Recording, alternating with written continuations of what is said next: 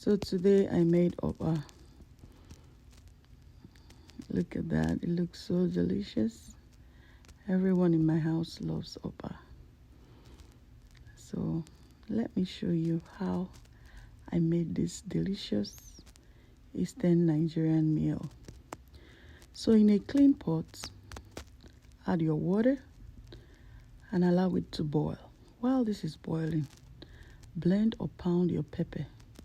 In a clean bowl, add this pepper. Add a hot water. Add your oil. This is the grinded bambara nut. Please always put it in the fridge. It has a way of retaining its freshness. When you grind as much as you want to grind, please allow it to stay in the fridge. You will thank me later. Now, this is me mixing these three things I've put in. At some point, it's going to get really hard and require more strength to mix it. You need to really mix this okpa. Okpa is one food that I've seen that doesn't require much. From how I learned okpa, it is red oil, salt, pepper, and that's it. Now, it's really hard. I can't continue. This is my husband helping me to, keep mixing, because now it requires strength, and I'm a weaker vessel. So he keeps mixing. I'll take over once it loosens and once it becomes easier to mix. So he's mixing this okpa. You keep mixing, trying to incorporate the water into the okpa, and then to allow the lumps to dissolve. Remember, the water we are adding here is the hot water. It doesn't really necessarily have to be 100 degrees hot, but it shouldn't be cold water either. You keep mixing, As you keep mixing, you're also adding more water. At some point, you will notice all the lumps are going away. And then as you keep mixing, you keep adding water. This is me adding more water as it's mixing. Okpa is one food that, to me, I think is one of the cheap foods. You don't need crayfish, even though these days people are adding even onions and all of that. It's not bad. It depends on how you like it. But I learned okpa to just be, very easy and no much ingredients. Now the weaker vessel has taken over because it's now really loose. This is me adding more water. I don't want the okpa to be too watery or too hard.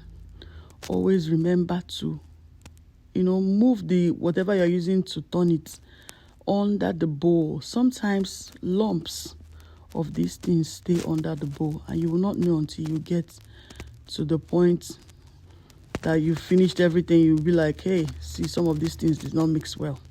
So always make sure you move around under the bowl. Now I'm checking to see, is the water okay? Do I need to add more? Once this water is okay, I'll proceed with my salt. Add salt to taste. Now be careful with salt, because before you know it, it has, too salty already. So it's time to scoop. Now watch this. I scoop in what we call Santana waterproof that time. I don't know if the name has changed, but for me it's still Santana waterproof.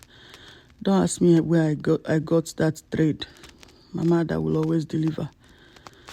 I got this trade because that's how I learned how to do okpa. People can also do with other types of nylon, and it still comes out well, but this is how I learned it, and it's been working really well for me. For one bag, I usually scoop 2 of it and then tie it separately. After I finish tying that, I just put it in another bowl.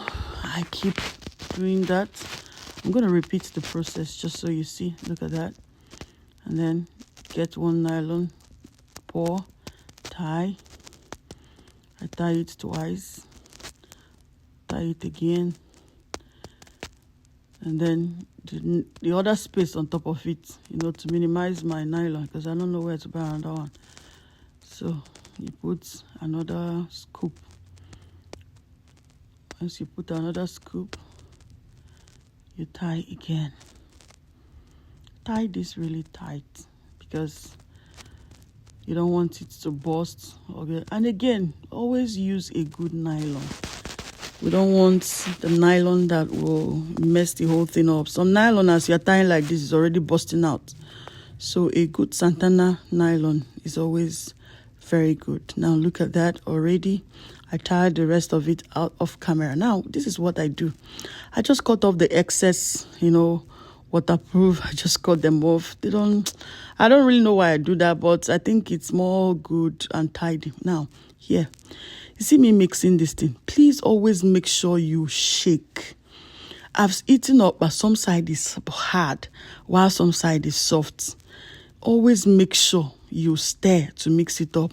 Put in a boiling water that is boiling 100 degrees, and make sure the whatever that is, if it's gas, if it's firewood, whatever you are using, there is really fire in it. It helps this up to cook really, come out really good. This is me adding another one. And then look at that. After I've added a lot of that, this is like 30 or 45 minutes after it's boiled. Look at that upper. Looking so good. Looking so yummy. Now, this is exactly 1 hour, 20 minutes, I would just say. Let me bring out this upper so you can see. Negodi. Just look at this upper. Wow, tea. That is my best way of eating this upper, with tea. You'll thank me later. I know there are other ways you can eat it. We eat it with our camel. We eat it with Coke, Pepsi. Hi. If you know, you know now. So you just, look at that. Look at that. Well done. We don't have some places that are soft and some places that are, hard. No. The consistency is uniform. I usually put mine in a cooler just to retain the hotness. And negodi. Piari up. For this up, you can just eat this one in the morning, and for the rest of the day, you are taking water. It's so full.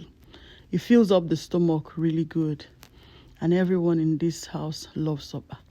Like, follow, and share for more.